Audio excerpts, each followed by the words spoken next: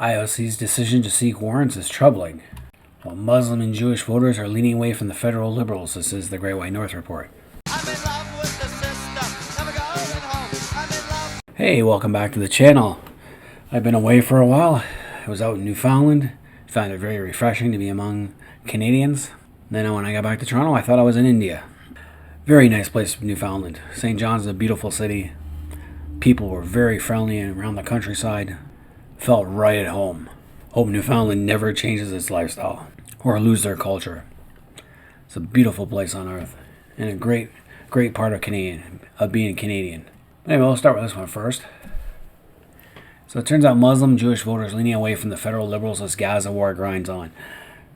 You know, this war has been so polarizing, and it's kind of mind-boggling. This would not have been an issue 20 years ago. You know, the Ukraine-Russia war has not even been this polarizing.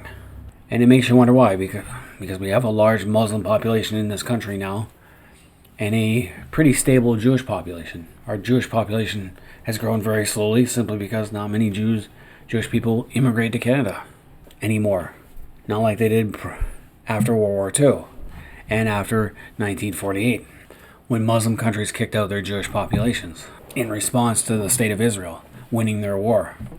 So with all that's been going on, is that Muslim Jewish voters are leaning away from the federal liberals and voting intentions, a possible sign that Trudeau's efforts to straddle gaps in public opinion over the Israeli Hamas are falling short. He's trying to play both sides of the fence, and he can't do that. You have to pick a side. You have to pick one side, and from a moral standpoint, I honestly go with Israel. Israel is a democratically elected country. They have the same rights as we do over here, pretty much, and they don't go around intentionally murdering innocent people. They have killed innocent people. It's simply because most of the people they're hunting down, the terrorists who are launching rockets and planning raids and all sorts of fun stuff, are the ones who are hiding behind the civilian population, and those people will get hurt. They use human shields. So the federal NDP is leading the Liberals among Muslim voters 41% to 31%, while the Conservatives are beating the Liberals among Jewish voters 42 to 33%. Yes, that seems perfectly right. I expect the majority of the Jewish voters to flip over to the Conservatives and the majority of the Muslim voters to flip over to the NDP, which means the Liberals will probably lose the next election, or their majority-minority will be a lot lower, and if they bring the NDP on, the NDP will have more power. But the NDP don't look very good either at the moment in other parts of Canada. So the problem is, the Jewish vote says they haven't got far enough in condemning Hamas and condemning the violence and stopping anti-Semitism in Canada. Well, that's what happens when you bring in a large population of people who are very anti-Semitic, aka the Muslims. And then you've got pro-Palestinian voters and population, many of whom are Muslims, saying you haven't gone far enough to condemn the Israeli Defense Force for its counterattack in Gaza. Well, that was a declaration of war. Hamas is supposed to be an elected government in Gaza, but they've held power since 2005 and have had no elections since. And any elections they have had, if they did it, were rigged. Hamas controls everything in the Gaza Strip, including UNRWA. Only reason UNRWA can operate in the Gaza Strip is if they cooperate with Hamas, which is why UNRWA should be disbanded. Hamas is the government of the Gaza Strip, and they launched a major raid, which was the declaration of war. Israel declared war illegally, but Casa's belly. So 15% of Muslims said they would vote for Conservatives, and those would be the more moderate Muslims. The truth is, most Muslims are actually very conservative people, far right, to the point of far right, but they'll vote far left, if that makes any sense. Because the Liberals have made a concerted effort to get Muslim voters since 2015. Most Muslims are not in for LGBTQ stuff. The vast majority of them. They're not, but that's been the unholy alliance these past 15 years with the LGBTQ, the Muslims, and the Black Lives Matter have formed an unholy alliance that will unravel in the end. Now, I keep hating the fact that you release these numbers. 1,200 Israelis were killed, 253 were taken hostage. Well, health authorities in Gaza say the Israeli military operation launched in response has killed almost 35,000 people. That number doesn't go up very much, considering there's a major war going on. And also the fact that, I hate the fact they keep bringing this number up, when even the BBC recently admitted that its count of the death toll has been substantially lower or more skewed. So I don't know why our news agencies continue to report the same thing over and over again. Yes, civilians have been killed. We know that. It's called a war for a reason. Did we feel sympathy for the German citizens of Berlin when the Soviets were grinding them down? No, not really. We feel the same thing for Cologne and Dresden in World War II. No, it's a tragedy. How about Hiroshima and Nagasaki?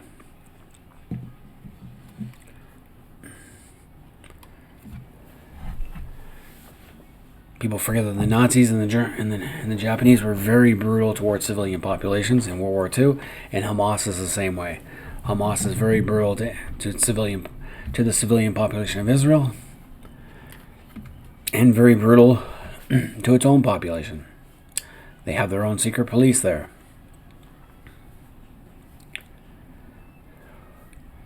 Among those hostages, some of them are dead bodies that they just took. They took some dead bodies as hostages.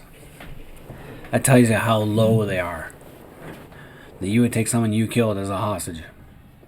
You killed them, you bring their bodies a hostage. Just to get a couple, But that's how the Jewish people view their own loved ones. Even dead, they're worth more than any Hamas is alive. So I don't know why they keep going over these numbers. And it goes to show you the anti-Semitism of the Muslim people in Canada. Hundreds of mosque and Muslim organizations co-signed a letter telling Canadian parents not to appear at mosques during Ramadan, call out Israel for war crimes, and to stop sending weapons to Israel. I hate to tell you, but we've been sending most of our weapons to Ukraine. So obviously these people are confused. Again, our journalists don't seem to tell any truths here. They just rehash the points. We have the Palestinian Solidarity Network, an activist group in Canada. Not surprised. The vote swinging away from the Liberals. And their goal is to get the MPs to call for a permanent ceasefire and end the ongoing siege in Gaza. A two-way arms embargo on Israel and a Palestinian state. First of all, there is no such thing as a Palestinian state. The Arabs have constantly rejected that. They rejected it in 1936. They rejected it in 1947, they rejected it in 1967 when they had a chance. They rejected it in 2000 and 2005. They have said no to everything. They could have already had their state. They could have lived with a smaller Israel. They could have lived with Israel now. They wasted their opportunities.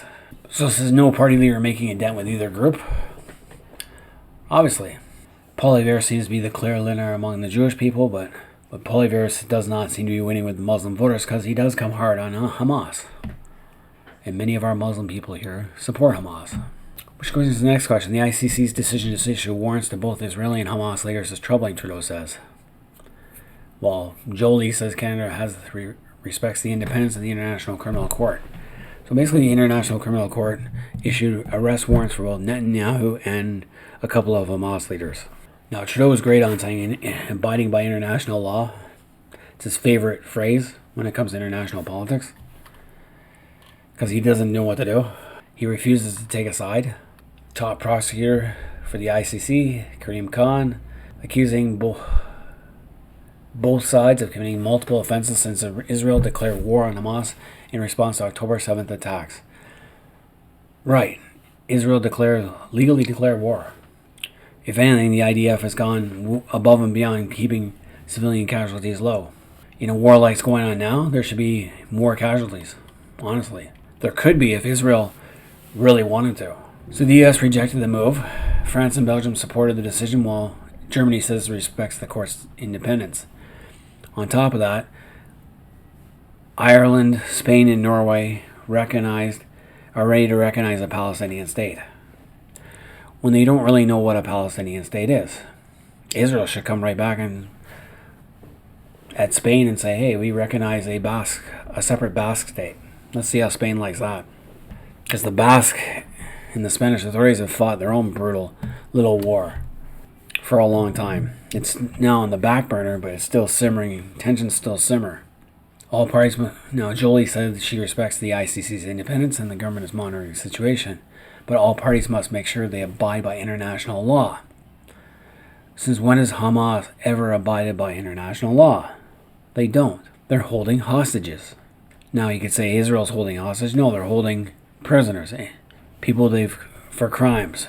There is a difference.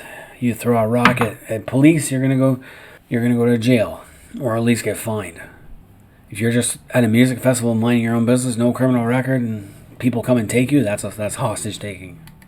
Again, it gives the numbers here, and again we have the same number of Palestinians.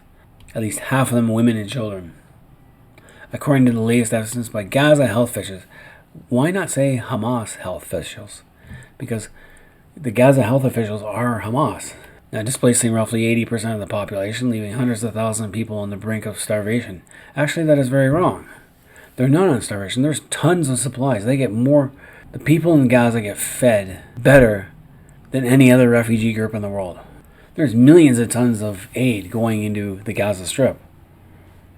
Hamas takes a lot of it. They've stored a lot of your hard-earned money deep in their tunnels. Now, Khan said the effects of the use of starvation as a method of warfare, together with other attacks and collective punishment against the civilian population of Gaza, are acute, visibly, and widely known. Well, if Hamas didn't hide behind them or under them, and if they actually, a lot of them refuse to leave. When the Gazans love their children more than they love death, then there will be peace. But no, they rather die to make a point to the world. Hamas knows the value of propaganda and the sensibilities of Western democracies. If the United Nations wants to distribute aid, why not call upon member states to send their own armed forces in to protect these supply lines and to create a zone just for bringing aid? Problem is, there are hundreds of miles of tunnels, if not thousands, that Hamas can pop in and out of and use UN compounds, because they've shown the videos. UN compounds and UN vehicles used by Hamas. So as far as Canada's political position on this, because Trudeau's sitting on the fence, he doesn't want to anger either voting group, though the Muslim voting group is bigger than the Jewish one. I seriously think Trudeau should just pick a side. And do you pick Hamas, a ruthless terror organization, or do you pick Israel, a democratically elected country, which is westernized, is very successful, or do you pick a failed state like Hamas? I know which one I'd pick. Damn the consequences among voters, so they can suck it up. You know, like I said, during the Russo-Ukraine War, we don't even have this problem. Where's the Muslim outrage against the Russians? Better yet, where's the Muslim outrage in Canada over how the Chinese Communist Party treats Muslim Uyghurs? I don't see it. But when it's the tiny Jewish country that does it, oh God, all hell breaks loose. Anyway, so many Canadians out there, let me know what you guys think. What side should Trudeau come on? Should Trudeau just jump off his fence and pick a side? Should he remain on the fence? And should we just stay out of it completely? Leave comments in the comment section. Until next time, this has been the Great White North Report.